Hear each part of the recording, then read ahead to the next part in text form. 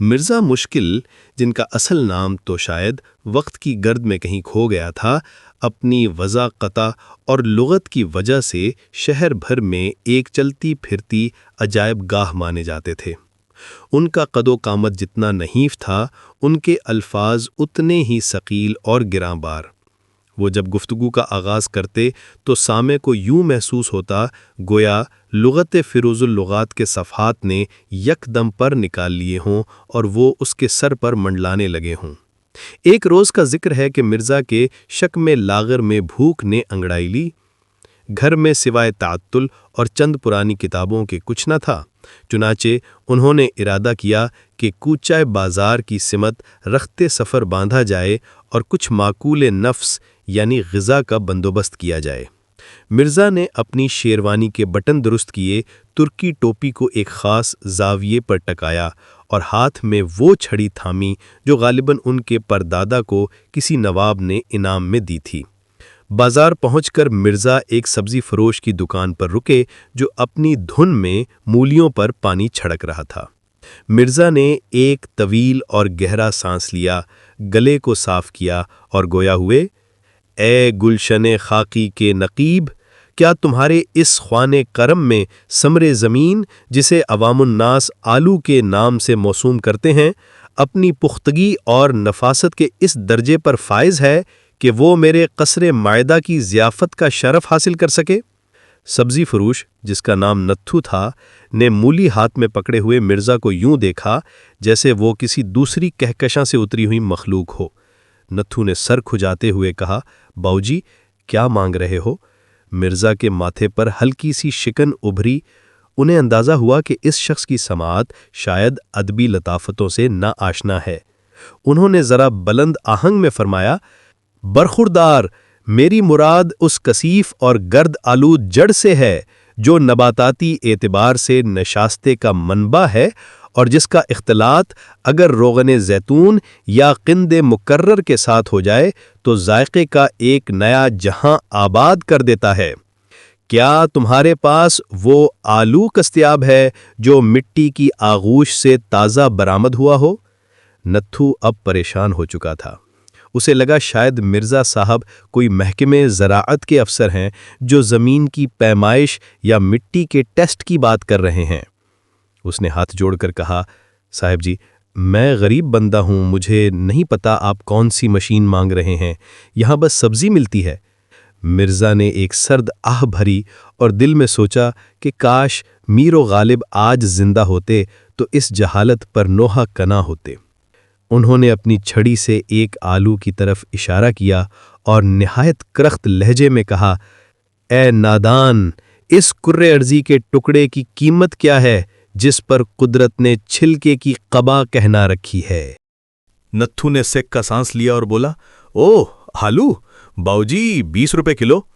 لیکن مرزا کا سفر یہاں ختم نہیں ہوا تھا، ابھی تو بھاؤ تاؤ کی وہ منزل باقی تھی جہاں منطق اور لغت کا تصادم ہونا تھا۔ جب نتھو نے 20 روپے کلو کا مجدہ سنایا تو مرزا مشکل کے چہرے پر ایک ایسی تمکنت نمودار ہوئی جو صرف ان سلاطین کے چہروں پر سجتی تھی جو مفتوحہ علاقوں کا معائنہ کرتے تھے۔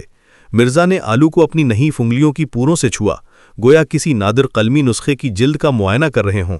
انہوں نے ایک بار پھر گلا صاف کیا اور نتھو کی آنکھوں میں آنکھیں ڈال کر گویا ہوئے، اے رزاق صغیر، کیا تجھے ادراک ہے کہ تو جس شے کے عوض 20 سکہ ہائے رائج الوقت کا تقاضا کر رہا ہے اس کی ظاہری حیت اس قدر پشمردہ اور جھریوں سے لبالب ہے کہ یہ کسی قحط زدہ دور کی یادگار معلوم ہوتی ہے؟ کیا عدل و انصاف کا ترازو یہ گواہی دیتا ہے کہ ایک شکستہ حال ثمر جو باد مخالف کے ایک جھونکے سے خاک میں مل جائے اس کی قیمت اتنی گراں ہو کہ ایک صاحب ذوق کی جیب تہی میں تلاطم برپا کر دے؟ نتھو سبزی فروش، جو اب تک صرف تماشائیوں کے ہجوم کا انتظار کر رہا تھا، مرزا کی اس لسانی گولہ باری سے بوکھلا گیا۔ اس نے پریشانی میں ادھر ادھر دیکھا اور دھیمی آواز میں کہا، باؤجی، ریٹ تو سرکار نے طے کیے ہیں، میں تو بس 5 روپے منافع رکھ رہا ہوں، لینا ہے تو لیں ورنہ میری مولیوں کو گاہک لگنے دیں۔ مرزا نے چھڑی کو زمین پر پٹخا اور ایک قدم پیچھے ہٹ کر کسی قدیم ڈرامے کے اداکار کی طرح ہاتھ لہرائے، معاذ اللہ، تو منافع کی بات کرتا ہے؟ تو اس قلیل مدت کے نفع کو اس ابدی خسارے پر ترجیح دے رہا ہے جو ایک ادیب کی دل شکنی سے پیدا ہوتا ہے؟ میاں، اس آلو کی قیمت میں جو تم نے اضافے کا زہر گھولا ہے، کیا وہ تمہارے ضمیر کے نہا خانے میں خلش پیدا نہیں کرتا؟ میں تجھے 15 سکہ ہائے رائج الوقت کی پیشکش کرتا ہوں، جو نہ صرف تیری محنت کا ثمر ہے بلکہ میری فیاضی کا بیان ثبوت بھی۔ مرزا کی رگیں حمیت پھڑک اٹھی۔ انہوں نے آسمان کی طرف دیکھا اور تاسف سے کہا، افسوس، صد افسوس کہ اس دور پرفتن میں علم و ادب کی قدر و قیمت ایک آلو کے چھلکے سے بھی کم ہو گئی ہے۔ اے ابن آدم، تو نے لغت کو ترازو کے پلڑوں میں تولنا شروع کر دیا۔ مرزا نے ابھی بحث کا اگلا باب کھولنا ہی تھا کہ اچانک پیچھے سے ایک موٹر سائیکل سوار نے زوردار ہارن بجایا، جس سے مرزا کی ترکی ٹوپی ان کی آنکھوں پر آ گری اور کلام بلاغت نظام میں ایک ناگہانی تعطل پیدا ہو گیا۔ جب موٹر سائیکل کے کرخت ہارن نے مرزا مشکل کی فصاحت و بلاغت کے تسلسل کو پامال کیا تو فضا میں ایک عجیب سی سنسنی پھیل گئی۔ مرزا کی ترکی ٹوپی، جو اب تک ان کے سر پر ایک شاہانہ ترے کی طرح براجمان تھی، اچانک ڈھلک کر ان کے چشم بصیرت یعنی آنکھوں پر آ گری۔ دنیا اندھیر ہو گئی، لیکن مرزا کا اعتماد متزلزل نہ ہوا۔ انہوں نے ٹوپی کے اندھیرے میں محبوس ہونے کے باوجود اپنی چھڑی کو فضا میں بلند کیا اور کسی غیبی آواز کی مانند پکارا، اے مرکب آہنی کے سوار، تجھے کس نے اذن دیا کہ تو ایک سخنور کے افکار عالیہ میں اپنے اس شور قیامت خیز سے رخ نہ ڈالے؟ کیا تیرا یہ آلہ کریہت الصوت ہارن انسانی سماعتوں کے لیے تخلیق ہوا ہے یا یہ سور اسرافیل کی کوئی ادنا سی مشق ہے؟ موٹر سائیکل سوار، جو ایک جلد باز نوجوان تھا، مرزا کی اس اندھی تنبیہ پر تلملا اٹھا۔ اس نے ایک بار پھر زور سے ایکسلریٹر گھمایا، جس سے نکلی ہوئی دھوئیں کی لہر نے مرزا کے گرد ایک مصنوعی کوہرا پیدا کر دیا۔ مرزا نے ٹوپی کو ایک ہاتھ سے اوپر کیا، مگر بدقسمتی سے وہ الٹی ہو کر ان کے کانوں پر جم گئی۔ اب مرزا کو دنیا دھندلی نظر آ رہی تھی اور سنائی بھی کم دے رہا تھا۔ اس کیفیت میں انہوں نے نتھو سبزی فروش کی طرف رخ کیا، جو ہنسی دبانے کی ناکام کوشش میں دوہرا ہوا جا رہا تھا۔ مرزا نے گرج کر کہا، اے فروشندہ نباتات، تو اس تماشائے عالم رنگ و بو پر تبسم کنا ہے؟ کیا تجھے علم نہیں کہ ایک مفکر کی لغزش پا دراصل پورے معاشرے کی اخلاقی گراوٹ کا پیش خیمہ ہوتی ہے؟ نتھو نے بمشکل ہنسی روک کر کہا، باؤجی، آپ کی ٹوپی الٹی ہو گئی ہے، پہلے اسے سیدھا کر لیں ورنہ لوگ سمجھیں گے کہ آلو کے ریٹ نے آپ کا دماغ گھما دیا ہے۔ مرزا نے ایک حقارت آمیز نظر نتھو پر ڈالی۔ نادان، ٹوپی کا الٹنا یا سیدھا ہونا محض ایک مادی تغیر ہے، اصل شے تو فکر رسا کی استقامت ہے۔ اسی اثنا میں ایک پولیس کانسٹیبل، جو قریب ہی یہ تماشا دیکھ رہا تھا، قدم بڑھاتا ہوا وہاں پہنچا۔ اس نے مرزا کے حلیے اور ان کی تقریر کو مشکوک جانتے ہوئے پوچھا، اوے بزرگوں، یہ کیا شور مچایا ہوا ہے؟ راستہ کیوں بند رکھا ہے؟ مرزا مشکل نے کانسٹیبل کی وردی کو دیکھ کر ایک لمحے کے لیے توقف کیا، پھر اپنے مخصوص تمکنت بھرے لہجے میں فرمایا، اے محافظ حدود سلطانی، کیا تو اس چوراہے پر عدل کا پرچم بلند کرنے آیا ہے یا محض میری لسانی جولانیوں کا معائنہ تیرا مقصود ہے؟ دیکھ، اس موٹر سائیکل سوار نے میرے حواس خمسہ پر شب خون مارا ہے اور یہ سبزی فروش میرے استدلال کو 20 روپے کی بیڑیوں میں جکڑنا چاہتا ہے۔ کانسٹیبل نے اپنا سر کھجایا اور اپنے ساتھی کی طرف دیکھ کر بولا، یار، یہ بندہ کسی دوسرے ملک کی پولیس کا لگتا ہے، اس کی زبان تو کسی تھانے کے ریکارڈ میں بھی نہیں ملے گی۔ ہجوم میں ایک قہقہا بلند ہوا اور مرزا کو احساس ہوا کہ اب معاملہ محض آلو کی خریداری سے نکل کر تہذیبی تصادم کی شکل اختیار کر چکا ہے۔ جب کانسٹیبل نے مرزا مشکل کی لسانی جولانیوں کو مشکوک قرار دیا تو مرزا نے اپنی کمر سیدھی کی اور چھڑی کو ایک فاتحانہ انداز میں زمین پر گاڑ دیا۔ ان کے نزدیک پولیس کا یہ نمائندہ محض ایک سرکاری ملازم نہیں بلکہ ایک ایسا عامل تعزیر تھا جسے اب وہ اپنی خطابت کے زور سے مسخر کرنے والے تھے۔ مرزا نے کانسٹیبل کی آنکھوں میں جھانک کر فرمایا، اے ضابط نظم و ضبط، کیا تو میری نطق بیانی کو کسی ضابط فوجداری کی نظر سے دیکھ رہا ہے؟ آگاہ رہے کہ میری یہ گفتگو کوئی ہنگامہ بیجا نہیں بلکہ یہ اس معاشرتی بے حسی کے خلاف ایک احتجاج ہے جو آلو جیسے حقیر مادے کو انسانی وقار پر فوقیت دیتی ہے۔ کانسٹیبل، جس کا نام گل خان تھا، مرزا کے الفاظ کی گونج سن کر ایک پل کو ٹھٹک گیا۔ اسے لگا جیسے کسی نے اس کے کانوں میں گرم پگھلا ہوا سیسا انڈیل دیا ہو، مگر یہ سیسا نہایت میٹھا اور لیس دار تھا۔ اس نے غصے اور حیرت کے ملے جلے تاثر کے ساتھ کہا، او بابا، سیدھی بات کر، یہ کیا مادے اور فوقیت کی رٹ لگا رکھی ہے؟ شناختی کارڈ دکھاؤ اپنا۔ مرزا کے چہرے پر ایک زہریلی مسکراہٹ نمودار ہوئی۔ انہوں نے فرمایا، شناختی کارڈ؟ کیا تو اس کاغذ کے پرزے پر لکھے ہوئے چند حروف کو میری پہچان سمجھتا ہے؟ میاں میری شناخت تو ان استعاروں میں پوشیدہ ہے جو میں نے برسوں کی ریاضت سے تراشے ہیں۔ کیا تم کسی خوشبو سے اس کا پاسپورٹ مانگتے ہو یا کسی بلبل سے اس کا ڈومیسائل طلب کرتے ہو؟ گل خان نے اب تیش میں آ کر مرزا کا بازو پکڑ لیا۔ اچھا تو تم بلبل بن کر اڑنا چاہتے ہو؟ چلو تھانے، وہاں تمہاری یہ خوشبو حوالات کی دیواروں سے ٹکرائے گی تو خود بخود سیدھی ہو جائے گی۔ ہجوم میں موجود لوگوں نے جب مرزا کو قانون کی گرفت میں دیکھا تو ایک شور مچا۔ نتھو سبزی فروش نے آواز لگائی، خان صاحب اسے چھوڑ دو، یہ کوئی پاگل ادیب لگتا ہے، اس کا دماغ کتابوں کے دیمک نے چاٹ لیا ہے۔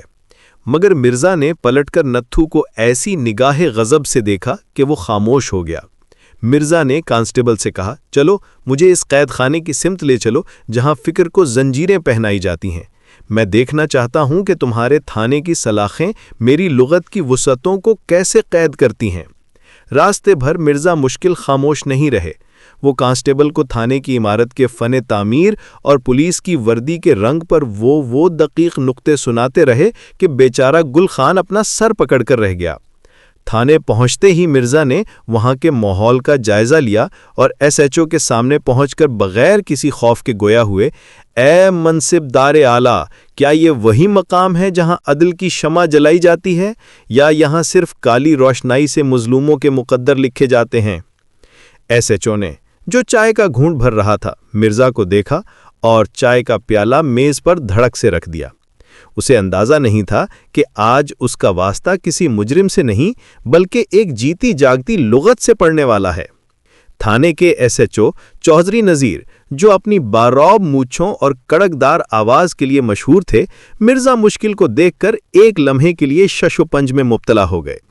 مرزا صاحب نے کمال ضبط سے اپنی شیروانی کی شکنیں درست کیں اور میز پر جھک کر کچھ اس انداز سے چودھری صاحب کو دیکھا جیسے وہ کسی قدیم سلطنت کے سفیر ہوں جو کسی وحشی قبیلے کے سردار کو آداب زندگی سکھانے آئے ہوں۔ مرزا نے اپنی گفتگو کا تانا بانا بنتے ہوئے فرمایا، اے صاحب اختیار، کیا یہ گرد آلود مسند جس پر آپ متمکن ہیں اس بار غراں کے متمحل ہو سکتی ہے جو ایک مظلوم میں لغت کی فریاد کی صورت میں آپ کے گوش گزار ہونے والا ہے؟ کیا آپ کے اس ایوان انصاف میں الفاظ کی حرمت کا کوئی پاس ہے یا یہاں بھی سکہ ہے رائج الوقت کی چھنکار ہی حرف آخر ٹھہرتی ہے؟ چودھری نذیر نے اپنی مونچھوں کو تاؤ دیا اور حیرت سے کانسٹیبل گل خان کی طرف دیکھا۔ اوے گل خان، یہ کس یونانی فلسفی کو پکڑ لائے ہو؟ یہ کوئی چوری کا کیس ہے یا یہ بابا کسی پرانی فلم کا اسکرپٹ یاد کر کے آیا ہے؟ گل خان نے ہاتھ جوڑ کر عرض کیا، جناب یہ سبزی منڈی میں ہنگامہ کر رہے تھے، نہ اپنا نام بتاتے ہیں نہ پتہ، بس ایسی زبان بولتے ہیں کہ دماغ کا دہی ہو جاتا ہے۔ مرزا نے ایک طنزیہ قہقہہ لگایا جو تھانے کی چھت سے ٹکرا کر باز گشت پیدا کرنے لگا۔ نام؟ میرا نام اس معاشرے کی بے حسی کا وہ نوحہ ہے جسے پڑھنے کے لیے دل بینا چاہیے۔ لوگ مجھے مشکل کہتے ہیں مگر در حقیقت میں وہ ساحل ممتنع ہوں جسے سمجھنے کے لیے تمہارے ان تھانہ جاتی رجسٹروں کی وسعت ناکافی ہے۔ ایس ایچ او نے سر جھٹکا اور غصے سے بولا، دیکھو بابا، یہ تھانہ ہے، کوئی مشاعرہ نہیں، سیدھے سبھاؤ بتاؤ کہ اس غریب سبزی والے سے کیوں الجھ رہے تھے؟ مرزا نے اپنی چھڑی کو میز کے کونے پر ٹکایا اور نہایت متانت سے جواب دیا، میں نے تو محض اس کی کوتاہ بینی پر احتجاج کیا تھا جو آلو جیسی عامیانہ شے کو ادب عالیہ سے زیادہ قیمتی سمجھ بیٹھا تھا۔ کیا یہ جرم ہے کہ میں نے اسے مادی اشیاء کی بے ثباتی کا درس دینا چاہا؟ کیا یہ گناہ ہے کہ میں نے چاہا کہ وہ اپنی ترازو میں صرف سبزیاں ہی نہیں بلکہ اخلاقی اقدار بھی تولے؟ چودھری نذیر کو اب محسوس ہونے لگا کہ اگر اس شخص کو مزید تھانے میں رکھا گیا تو تمام پولیس اہلکار ذہنی توازن کھو دیں گے۔ اس نے ایک لمبی آہ بھری اور منشی کی طرف دیکھ کر کہا، منشی، اس کا نام مرزا مشکل لکھو اور جرم کے خانے میں حد سے زیادہ اردو درج کر دو۔ مرزا نے فوراً ٹوکا، اصلاح کیجیے، اسے حد سے زیادہ نہیں بلکہ کمال فصاحت سے تعبیر کیجیے۔ تھانے کا ماحول اب سنجیدہ ہونے کے بجائے ایک تماشا بن چکا تھا جہاں مرزا ہر سوال کا جواب ایک نئے استعارے اور تشبیہ کے ساتھ دے کر قانون کے پہرے داروں کو چکرا رہے تھے۔ اسی دوران حوالات سے ایک قیدی نے آواز لگائی، باؤجی ذرا مجھے بھی رہا کرانے کے لیے کوئی ایسی بات کہیں کہ خان صاحب کا دل پگھل جائے۔ مرزا نے اس کی طرف رخ کیا اور ایک نیا وار شروع کرنے ہی والے تھے کہ چودھری نذیر نے میز پر ہاتھ مار کر سب کو خاموش کرا دیا۔ جب حوالات سے اس قیدی نے التجا کی تو مرزا مشکل کے چہرے پر ایک ایسی مشفقانہ چمک نمودار ہوئی جو صرف ان مصلحین کے چہروں پر آتی ہے جو گمراہ انسانیت کو راہ راست پر لانے کا تہیہ کر چکے ہوں۔ انہوں نے ایس ایچ او کی میز سے اپنی توجہ ہٹائی اور سلاخوں کے پیچھے کھڑے اس میلے کچیلے شخص کی جانب یوں قدم بڑھائے جیسے کوئی عظیم مفکر کسی شاگرد نوموز کی اصلاح کرنے جا رہا ہو۔ مرزا نے سلاخوں کو چھو کر سرد آب بھری اور فرمایا، اے اسیر قفس، تم مجھ سے رہائی کی تمنا کرتا ہے۔ کیا تجھے ادراک نہیں کہ یہ آہنی سلاخیں محض تیرے جسم کو مقید کر سکتی ہیں، لیکن کیا تیرے افکار بھی ان زنجیروں کے اسیر ہیں؟ رہائی تو اس وقت مقدر بنتی ہے جب انسان اپنی جہالت کی بیڑیوں کو علم و عرفان کے ہتھوڑوں سے پاشا پاش کر دے۔ قیدی جو جیب تراشی کے جرم میں بند تھا، مرزا کی اس فلسفیانہ بمباری سے ایسا چکرایا کہ اس کا منہ کھلا کا کھلا رہ گیا۔ اس نے بے چارگی سے کہا، باؤجی، میں نے عرفان کا ہتھوڑا نہیں مارا تھا، بس ایک بٹوا مارا تھا۔ آپ پولیس والوں کو کچھ ایسی پٹی پڑھائیں کہ یہ مجھے باہر نکال دیں۔ مرزا نے تعصب سے سر ہلایا اور مجمع کو مخاطب کر کے کہا، دیکھیے، یہ ہے اس عصر حاضر کا المیہ، جہاں انسان بٹوے کی مادی حقیقت کو عرفان کی ابدی سچائی پر فوقیت دیتا ہے۔ اے شخص، اگر تو نے کسی کی جیب کے بجائے اس کے قلب تک رسائی حاصل کی ہوتی تو آج تو اس تنگ و تاریک گوشے میں محبوس نہ ہوتا، بلکہ کسی گلستان کی ہریالی میں محو رقص ہوتا۔ S H O Chaudhry Nazir نے اپنے ماتھے سے پسینہ پونچھا۔ اسے لگ رہا تھا کہ مرزا کے الفاظ تھانے کی دیواروں میں دیمک کی طرح اتر رہے ہیں اور اس کے سپاہیوں کی توجہ کام سے ہٹ رہی ہے۔ اس نے گرج کر کہا، اوئے مرزا، اس قیدی کو واز دینا بند کرو۔ منشی، اس کی ضمانت کا کوئی بندوبست کرو، ورنہ یہ کل تک پورے تھانے کو صوفی بنا دے گا اور پھر یہاں چوروں کے بجائے درویشوں کا تانتا بندھا ہوگا۔ مرزا نے فوراً احتجاج کیا، ضمانت؟ کیا آپ ایک آزاد منش انسان کو ضمانت کے کاغذات کی زنجیروں میں جکڑنا چاہتے ہیں؟ میری ضمانت تو میری وہ زبان ہے جس نے کبھی جھوٹ کی غلاظت کو چھوا تک نہیں۔ اسی لمحے تھانے کے صدر دروازے سے ایک شخص داخل ہوا جس کا حلیہ مرزا سے کسی حد تک ملتا جلتا تھا، مگر اس کی آنکھوں میں مرزا جیسی جنونی چمک کے بجائے ایک تھکی ہوئی مسکراہٹ تھی۔ یہ مرزا کا بھانجا ساجد تھا، جو اپنی زندگی کا آدھا حصہ اپنے ماموں کی اردو معلّہ کے نقصانات بھرنے میں گزار چکا تھا۔ ساجد نے ایس ایچ او کو دیکھتے ہی ہاتھ جوڑے اور کہا، صاحب معاف کر دیں، یہ میرے ماموں ہیں، ان کا دماغ کتب خانے کی دھول میں اٹکا ہوا ہے، یہ کسی کو نقصان نہیں پہنچاتے، بس الفاظ سے زخمی کر دیتے ہیں۔ مرزا نے اپنے بھانجے کو حقارت سے دیکھا اور فرمایا، برخوردار، تو نے میری فصاحت کو دماغ کی دھول سے تعبیر کیا؟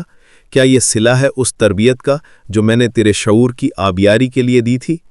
ساجد نے ایک لمبی سانس لی اور مرزا کا بازو پکڑ کر باہر کی طرف گھسیٹنا شروع کیا، جبکہ مرزا پیچھے مڑ مڑ کر ایس ایچ او کو عدل جہانگیری کے قصے سنانے کی کوشش کرتے رہے۔ تھانے کی حدود سے باہر نکلتے ہی مرزا مشکل نے اپنی شیروانی کے دامن کو یوں جھٹکا گویا قانون کی گرفت سے نہیں بلکہ کسی بردالود عہد قدیم سے برآمد ہوئے ہوں۔ ساجد نے نہایت عجلت میں ایک رکشہ روکا، مگر مرزا وہیں جم کر کھڑے ہو گئے۔ انہوں نے رکشے کی زرد رنگت اور اس کے تھرتھراتے ہوئے ڈھانچے کو ایک تنقیدی نگاہ سے دیکھا اور فرمایا، اے ساجد، کیا تو یہ چاہتا ہے کہ میں اس لرزہ برندام مرکب پر سوار ہو کر اپنے وقار ادبی کو خاک میں ملا دوں؟ کیا اس شہر میں کوئی ایسی سواری میسر نہیں جو میرے تخیل کی وسعتوں کا ساتھ دے سکے اور جس کے پہیوں کی گردش میں ایک موزونیت ہو؟ ساجد نے جھنجھلا کر کہا، ماموں، یہ رکشہ ہے، کوئی شاہی بگھی نہیں، اگر آپ اس پر نہیں بیٹھیں گے تو پولیس والے پھر باہر آ جائیں گے اور اس بار شاید وہ آپ کی زبان پر بھی تالا لگا دیں۔ مرزا نے تالا کا لفظ سن کر ایک ٹھنڈی آہ بھری اور آسمان کی طرف دیکھ کر بولے، زبان پر تالا؟ یہ تو وہی بات ہوئی کہ سورج کو طلوع ہونے سے روک دیا جائے یا سمندر کی موجوں کو سکوت کا حکم دیا جائے۔ خیر، اگر تقدیر نے مجھے اس شوریدہ سر مشین کے سپرد ہی کر دیا ہے تو چلو۔ مرزا رکشے میں اس طرح تشریف فرما ہوئے جیسے کوئی بادشاہ اپنی جلاودنی کے سفر پر روانہ ہو رہا ہو۔ رکشہ ڈرائیور، جو ایک تیکھی مونچھوں والا کثرتی جوان تھا، نے پیچھے مڑ کر پوچھا، باؤجی، کہاں جانا ہے؟ مرزا نے گلا صاف کیا اور دھیمے مگر پرشکوہ لہجے میں ارشاد فرمایا، اے جادہ پیمائے سڑک، ہمیں اس سمت لے چل جہاں انسانی آبادیوں کا شور تھم جاتا ہے اور جہاں میری رہائش گاہ جو قصر خاموشی کے نام سے موسوم ہے واقع ہے، یعنی وہ محلہ جسے تم لوگ گوال منڈی کی پست اصطلاح سے پکارتے ہو۔ ڈرائیور نے ساجد کی طرف دیکھا۔ بھائی یہ کیا کہہ رہے ہیں؟ کیا کسی قبرستان جانا ہے یا منڈی؟ ساجد نے فوراً مداخلت کی۔ بھائی تم بس گوال منڈی چلو، یہ راستے میں تمہیں نقشہ سمجھاتے رہیں گے۔ جیسے ہی رکشہ سٹارٹ ہوا اس کے انجن نے ایک ایسا ہولناک شور برپا کیا کہ مرزا کے کانوں کے پردے لرز اٹھے۔ انہوں نے فوراً ڈرائیور کے کندھے پر ہاتھ رکھا اور پکارے، روکو اس فتنہ صوتی کو روکو۔ کیا تمہارے اس آلے میں آہن و فولاد کا تصادم ہو رہا ہے یا ایک کسی دیو ملائی بلا کے خراٹے ہیں؟ کیا تو نے اس کی آرائش باطنی سروس پر کبھی توجہ نہیں دی؟ ڈرائیور نے ہنستے ہوئے جواب دیا، شاہ جی یہ رکشہ ہے، جتنا شور کرے گا اتنا ہی تیز چلے گا۔ مرزا نے تعصب سے سر جھکایا اور ساجد سے کہا، بیٹا ہم ایک ایسے دور میں جی رہے ہیں جہاں رفتار کا تعین شور سے کیا جاتا ہے، فہم سے نہیں۔ رکشہ اب بازار کی تنگلیوں میں ہچکولے کھاتا ہوا اپنی منزل کی طرف رواں تھا اور مرزا ہر جھٹکے پر ایک نیا استعارہ تراش رہے تھے۔ رکشہ جب گوال منڈی کی تنگو تاریک گلیوں میں داخل ہوا تو وہاں کی فضا میں تلی ہوئی مچھلی اور لسی کی خوشبو نے مرزا کے مشام جاں کو معطر کرنے کے بجائے ان کی حصے نفاست پر بوجھ ڈال دیا۔ مرزا نے اپنی ناک پر ایک ریشمی رومال رکھا اور رکشہ ڈرائیور کو مخاطب کیا، اے راہروے کوچائے تنگی، ذرا اس رفتار بے ہنگم کو لگام دو، دیکھو سامنے سے ایک گلا حیوانات بھیڑوں کا ریوڑ اپنی پوری معصومیت کے ساتھ سڑک کی وسعتوں پر محیط ہے۔ کیا تم چاہتے ہو کہ ہم ان کی معصوم جبلتوں کو اپنے اس آہینی افرید کے تلے کچل دیں؟ ڈرائیور نے ایک گالی نما بڑبڑاہٹ کے ساتھ بریک ماری جس سے مرزا کا سر اگلی نشست سے جا ٹکرایا۔ مرزا نے ماتھا سہلاتے ہوئے فرمایا، افسوس، تمہاری اس عجلت نے میرے ماتھے پر فکر کی ایک ایسی لکیر ابھار دی ہے جو شاید تاریخ کے صفحات پر بھی ثبت ہو جائے۔ ساجد نے جلدی سے کرایہ ادا کیا اور مرزا کو بازو سے پکڑ کر رکشے سے اتارا۔ سامنے مرزا کا قدیم مکان تھا جس کے بوسیدہ دروازے پر بیت حکمت کی تختی لگی ہوئی تھی، مگر وقت کی ستم ظریفی نے اسے بیت شامت بنا دیا تھا۔ دروازے پر دستک دی تو ایک ادھیڑ عمر خاتون برآمد ہوئیں جو مرزا کی پڑوسن اور ان کی واحد ہمدرد بیگم بلقیس تھیں۔ بیگم بلقیس مرزا کی لغت سے اس قدر واقف تھیں کہ اب وہ ان کے مشکل ترین جملوں کا ترجمہ بھی کر لیتی تھیں۔ انہوں نے مرزا کو دیکھ کر کمر پر ہاتھ رکھا اور بولیں، مرزا صاحب پھر کسی تھانے کچہری سے ہو کر آ رہے ہیں یا آج پھر کسی معصوم کو اپنی زبان کے تیروں سے چھلنی کر دیا ہے؟ مرزا نے ایک فاتحانہ مسکراہٹ کے ساتھ جواب دیا، اے مخدومہ محلہ، میری زبان تیر نہیں بلکہ وہ نشتر ہے جو سماج کے ناسوروں کو جراحی کے عمل سے گزارتی ہے۔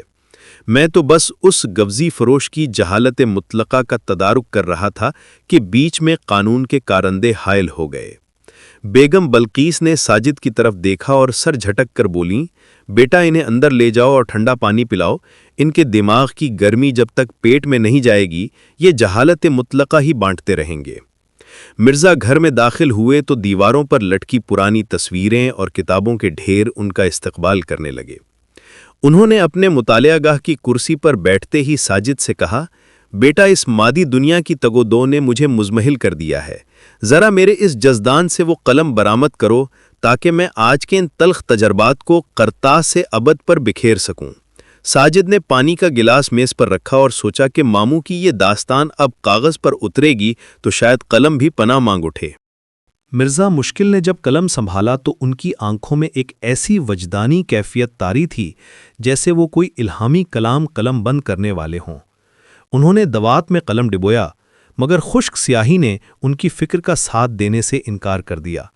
مرزا نے قلم کو ایک حقارت آمیز نظر سے دیکھا اور ساجد کو پکارا، اے وارث علم، دیکھ اس دوات کا بطن بھی میری طرح تہی ہو چکا ہے، کیا اس قریہ ناپرسان میں کہیں سے وہ سیال سیاہ یعنی سیاہی میسر آ سکتا ہے جو میرے ان افکار پریشاں کو لباس تحریر پہنا سکے؟ میری فکر کے گھوڑے سرپٹ دوڑ رہے ہیں مگر یہ قلم اپنی بے مائگی کا رونا رو رہا ہے۔ ساجد نے جو کچن میں پیاز کاٹنے کی کوشش کر رہا تھا وہیں سے جواب دیا، ماموں سیاہی کو گولی ماریں، پہلے پیٹ کی آگ بجھانے کا سوچیں، گھر میں آٹا ختم ہے اور آپ ہیں کہ افکار پریشاں کے پیچھے بھاگ رہے ہیں۔ وہ آلو بھی تھانے کی نظر ہو گئے جو آپ لینے گئے تھے۔ مرزا کے چہرے پر ایک زہریلا تاثر ابھرا۔ انہوں نے میز پر ہاتھ مار کر کہا، تھف ہے تیری اس شکم پروری پر، تو اس مٹی کے ڈھیر کو روح کی غذا پر فوقیت دے رہا ہے۔ ارے نادان، اگر پیٹ بھر جائے اور ذہن بنجر رہے تو انسان اور حیوان میں تمیز کیوں کر ممکن ہے؟ ساجد چاقو ہاتھ میں لیے کمرے میں داخل ہوا اور بولا، ٹھیک ہے ماموں، تو پھر آج رات میر تقی میر کے اشعار ابال کر پی لیتے ہیں یا غالب کے دیوان کا تڑکا لگا لیتے ہیں۔ فاقہ کشی جب دروازے پر دستک دیتی ہے تو سب سے پہلے لغت ہی رخصت ہوتی ہے۔ مرزا نے ایک لمبی سانس لی۔ انہیں احساس ہوا کہ ساجد کی تلخ نوائی میں صداقت کا ایک پہلو موجود ہے۔ انہوں نے اپنی جنیبی یعنی جیب ٹٹولی، مگر وہاں سے صرف ایک پرانا خط اور ایک کٹا ہوا بٹن برآمد ہوا۔ مرزا نے ایک بار پھر بیگم بلقیس کی طرف رجوع کرنے کا فیصلہ کیا۔ وہ جانتے تھے کہ بیگم بلقیس کے ہاں نہ صرف سالن کی خوشبو مستقل رہتی ہے بلکہ ان کا دل بھی مرزا کی لسانی حماقتوں کے لیے کسی حد تک نرم ہے۔ وہ صحن میں آئے اور دیوار کے پار سے آواز لگائی، اے ہمسانائے نیک بخت، کیا آپ کے مطبخ سے اٹھنے والی یہ اشتہا انگیز خوشبو کسی بھوکے مسافر کی دستک کی منتظر ہے؟ کیا عدل سماجی یہ گوارا کرے گا کہ ایک مفکر فاقوں کی نظر ہو جائے اور اس کے جوار میں نعمتوں کی ریل پیل ہو؟ بیگم بلقیس نے کھڑکی سے سر نکالا اور ہنستے ہوئے بولیں، مرزا صاحب سیدھا کہیے کہ بھوک لگی ہے، یہ عدل سماجی اور مطبخ کے چکر میں دال ٹھنڈی ہو جائے گی۔ ساجد کو بھیجیں، میں 2 روٹیاں اور سالن بھجواتی ہوں، مگر ایک شرط ہے۔ مرزا نے اشتیاق سے پوچھا، شرط؟ کیا کسی نایاب کتاب کی ورگردانی مقصود ہے؟ بیگم بلقیس بولیں، نہیں، شرط یہ ہے کہ کھانا کھاتے وقت آپ کم از کم آدھا گھنٹہ خاموش رہیں گے تاکہ آپ کے معدے کو بھی پتا چلے کہ وہ کیا کھا رہا ہے۔ مرزا نے بادل ناخواستہ سر تسلیم خم کیا، مگر ان کی زبان اب بھی کسی نئے استعارے کی تلاش میں بے چین تھی۔ جب ساجد بیگم بلقیس کے ہاں سے روغن زرد میں ڈوبی ہوئی دال اور تنور کی گرم روٹیاں لے کر آیا تو مرزا مشکل کے نتھنے اس خوشبو کی تعظیم میں تھر تھرانے لگے۔ مرزا نے دسترخوان پر اس طرح زانوں تہ کیے جیسے کسی عظیم الشان دربار میں خلعت فاخرہ قبول کرنے بیٹھے ہوں، تاہم بیگم بلقیس کی وہ شرط خاموشی ان کے گلے میں کسی ہڈی کی طرح اٹکی ہوئی تھی۔ انہوں نے ایک لقمہ اٹھایا، اسے غور سے دیکھا اور ساجد کی طرف آنکھوں ہی آنکھوں میں ایک ایسا سوالیہ نشان اچھالا جس کا ترجمہ تھا، کیا اس دال کی زردی سورج کی پہلی کرن سے مستعار لی گئی ہے؟ ساجد، جو ماموں کی رگے گویائی سے واقف تھا، نے فوراً انگلی ہونٹوں پر رکھ کر یاد دہانی کرائی، ماموں، وعدہ یاد رہے، اگر ایک لفظ بھی نکلا تو بیگم صاحبہ پلیٹ واپس منگوا لیں گی۔ مرزا نے ایک سرد آہ بھری جو در حقیقت ایک دبا ہوا جملہ تھا اور لقمہ منہ میں رکھ لیا۔ خاموشی مرزا کے لیے کسی شکنجے سے کم نہ تھی۔ انہیں یوں محسوس ہو رہا تھا گویا ان کے سینے میں الفاظ کا ایک لاوا ابل رہا ہے جو کسی بھی وقت ان کے دہن کے آتش فشاں سے برآمد ہو کر اس کمرے کی دیواروں کو جھلسا دے۔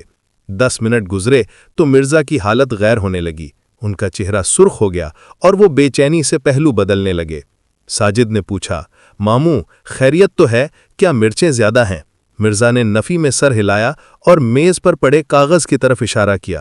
جب ساجد نے کاغذ اور پینسل فراہم کی تو مرزا نے اس پر برق رفتاری سے لکھا، خاموشی روح کا حبس دم ہے، کیا میں اس لذیذ طعام کی تعریف میں ایک قصیدہ بھی پیش نہیں کر سکتا؟ یہ تو ایسا ہی ہے کہ کسی بلبل کو بہار کے موسم میں گنگا کر دیا جائے۔ ساجد نے مسکرا کر تحریر پڑھی اور سرگوشی کی، بس 15 منٹ اور، پھر آپ جی بھر کر اپنی لغت کا ماتم کیجیے گا۔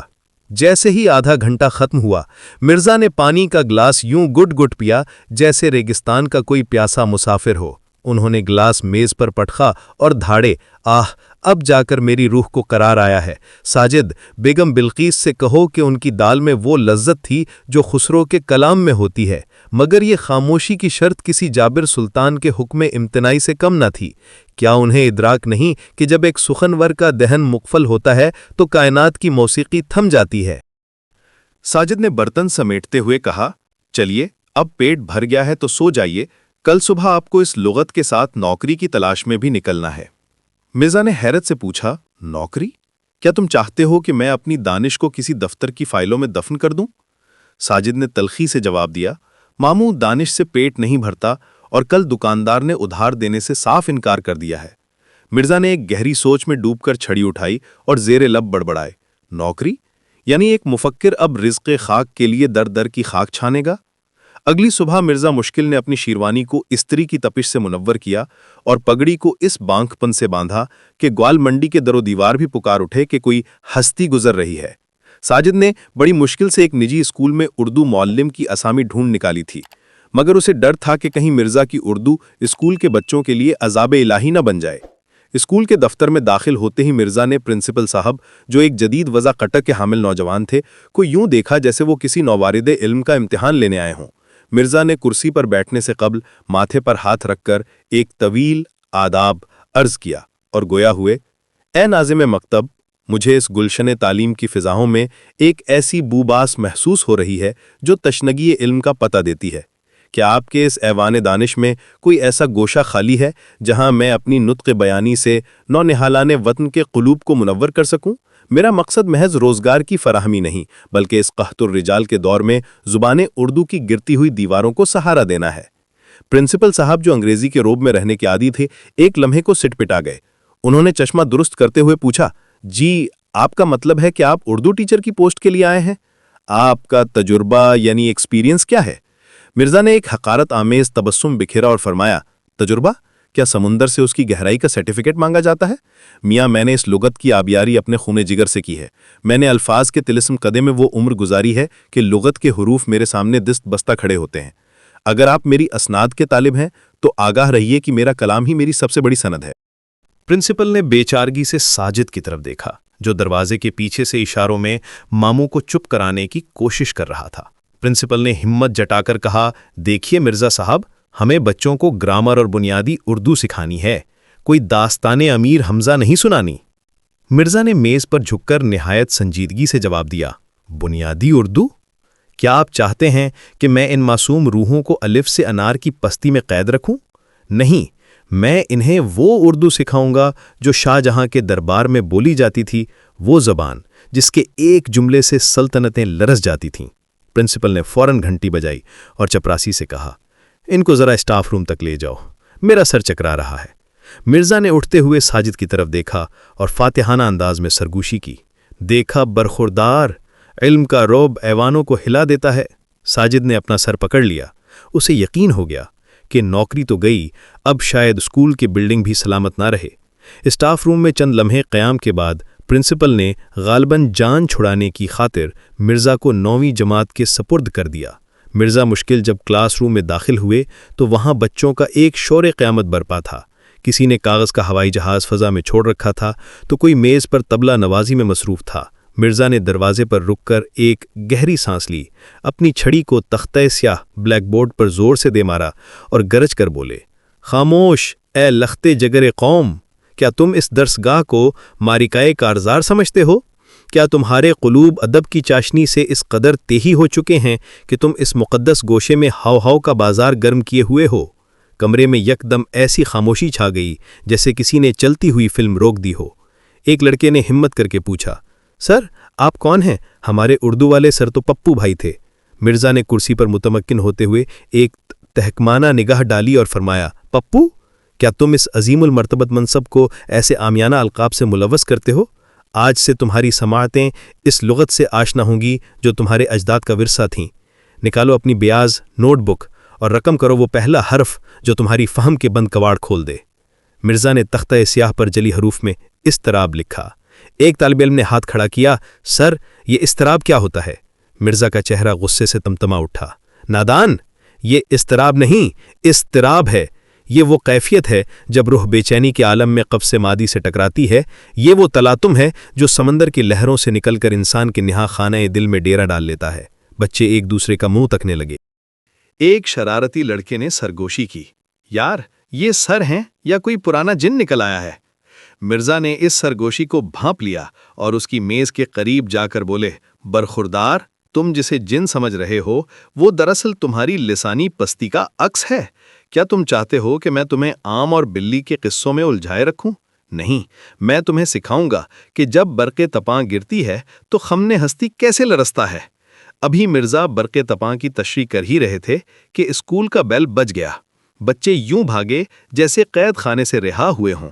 مرزا وہیں کھڑے رہ گئے، ہاتھ میں چاک لیے اور دل میں یہ گلا لیے کہ ان نوخیز ذہنوں میں ابھی بلاغت کی گنجائش پیدا کرنا جو شعر لانے کے مترادف ہے۔ اسی اثنا میں پرنسپل صاحب کے چپراسی نے آ کر اطلاع دی، مرزا صاحب آپ کو بڑے صاحب نے فوراً دفتر میں طلب کیا ہے۔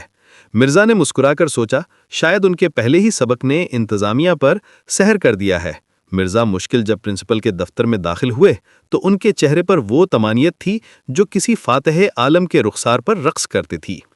انہوں نے گمان کیا کہ شاید ان کی برق تپاں نے اسکول کی انتظامیہ کے تاریک گوشوں میں علم کی شمع روشن کر دی ہے، لیکن پرنسپل صاحب کے تیور کچھ اور ہی کہانی سنا رہے تھے۔ انہوں نے مرزا کو دیکھتے ہی میز پر رکھے ہوئے چند کاغذات کو ایک طرف جھٹکا اور نہایت سرد لہجے میں کہا، مرزا صاحب یہ آپ کیا کر رہے ہیں؟ ابھی 10 منٹ ہوئے ہیں اور 3 بچوں کے والدین کے فون آ چکے ہیں کہ ان کا بچہ رو رہا ہے کیونکہ اسے سمجھ نہیں آ رہا کہ اس کا استاد انسان ہے یا کوئی فارسی لغت کا بھوت۔ مرزا نے ایک گہرا سانس لیا اور اپنی ٹوپی کو ذرا سا خم دیتے ہوئے فرمایا، اے ناظم کم نگاہ، کیا آپ ان نوخیز اذہان کی جزا فضا کو معیار تعلیم قرار دیتے ہیں؟ ارے میاں، علم تو وہ نشتر ہے جو پہلے جراحت کرتا ہے پھر شفا بخشتا ہے۔ اگر وہ بچے میری اصطلاحات کی تاب نہ لا کر گریا کنا ہیں تو یہ ان کی فہم کا قصور ہے، میری فصاحت کا نہیں۔ آپ چاہتے ہیں کہ میں ان کے سامنے وہ پست زبان بولوں جو کوچہ و بازار میں اوباشوں کا شیوا ہے؟ پرنسپل نے جھنجھلا کر اپنی کرسی پیچھے دھکیلی۔ دیکھیے مرزا صاحب، مجھے فلسفہ نہیں چاہیے، مجھے رزلٹ چاہیے۔ آپ نے 9ویں جماعت کے بچوں کو خمن ہستی اور برق تپاں پڑھانا شروع کر دیا، حالانکہ ان کے سلیبس میں اردو کی اہمیت پر سادہ مضمون لکھنا شامل تھا۔ معذرت کے ساتھ آپ اس ادارے کے لیے موضوع نہیں ہیں، آپ کا یہ علمی بوجھ ہمارے بچے نہیں اٹھا سکتے۔ مرزا کے تن بدن میں آگ لگ گئی، انہوں نے اپنی چھڑی فرش پر ماری اور دھاڑے، عزل منصب، آپ مجھے اس درسگاہ سے بے دخل کر رہے ہیں کیونکہ میری زبان آپ کے ادراک کی سرحدوں سے ماورا ہے؟ آگاہ رہیے کہ آج آپ نے ایک معلم کو نہیں بلکہ اسلاف کی اس آخری نشانی کو ٹھکرایا ہے جو اس بنجر زمین پر لفظوں کا گلستان آباد کرنا چاہتی تھی۔ مرزا وہاں سے اس طرح برآمد ہوئے جیسے کسی دربار عام سے جلا وطن کیے گئے ہوں۔ اسکول کے گیٹ پر ساجد ان کا انتظار کر رہا تھا۔ مرزا کو غصے میں دیکھ کر وہ سمجھ گیا کہ دال پھر نہیں گلی۔ مرزا نے ساجد کو دیکھتے ہی پکارا، ساجد، اس بستی کم سواد سے کوچ کا حکم ہو گیا ہے، یہاں کے لوگ روشنی سے خوف زدہ ہیں اور اندھیروں کی اسیر مصلیت بن چکے ہیں۔ چلو اب ہم کسی ایسے گوشے کی تلاش کریں گے جہاں حرف و معنی کی حرمت باقی ہو۔ ساجد نے ٹھنڈی آگ بھری اور سوچا کہ اب اگلی منزل شاید کوئی پاگل خانہ ہی ہو سکتا ہے۔ اسکول سے بے دخلی کے بعد مرزا مشکل کے قدموں میں وہ لغزش نہ تھی جو کسی ہارے ہوئے سپاہی کی ہوتی ہے، بلکہ ان کی چال میں وہ جلال تھا جو کسی جلا وطن نواب کا خاصہ ہے۔ ساجد، جو بھوک اور ماموں کی لایانی منطق سے نڈھال ہو چکا تھا، انہیں شہر کے ایک قدیم پارک کی سمت لے آیا۔ پارک میں برگد کے ایک بوڑھے درخت کے تلے مرزا نے اپنا پڑاؤ ڈالا۔ وہاں چند بزرگ دھوپ سینک رہے تھے اور کچھ نوجوان تاش کی بازی میں مگن تھے۔ مرزا نے درخت کے تنے سے ٹیک لگائی اور ساجد کو مخاطب کیا، برخوردار، کیا تو دیکھ رہا ہے؟ اس کائنات کی وسعتیں ہی اصل میں میرا مدرسہ ہیں۔ وہ دیواریں تو میری فکر کو مقید کرنا چاہتی تھیں، مگر یہاں اس فضائے بسیط میں میرا قلم پھر سے آزاد ہے۔ مرزا کی بلند آواز نے قریب بیٹھے بزرگوں کی توجہ حاصل کر لی۔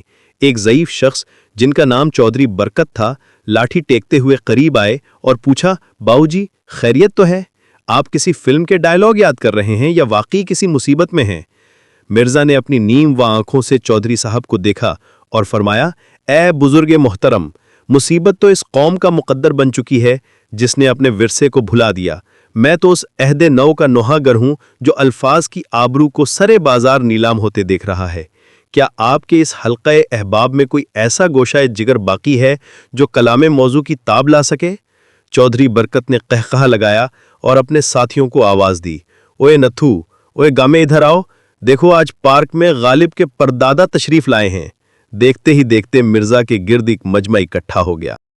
مرزا نے موقع غنیمت جانا اور گھاس کے ایک اونچے قطع پر کھڑے ہو کر گویا ایک خود ساختہ مشاعرے کا آغاز کر دیا۔ حضرات سماعت فرمائیے، آج میں آپ کو وہ داستان سناؤں گا جہاں لغت جفا کشوں کے ہاتھوں لہو لہان ہے۔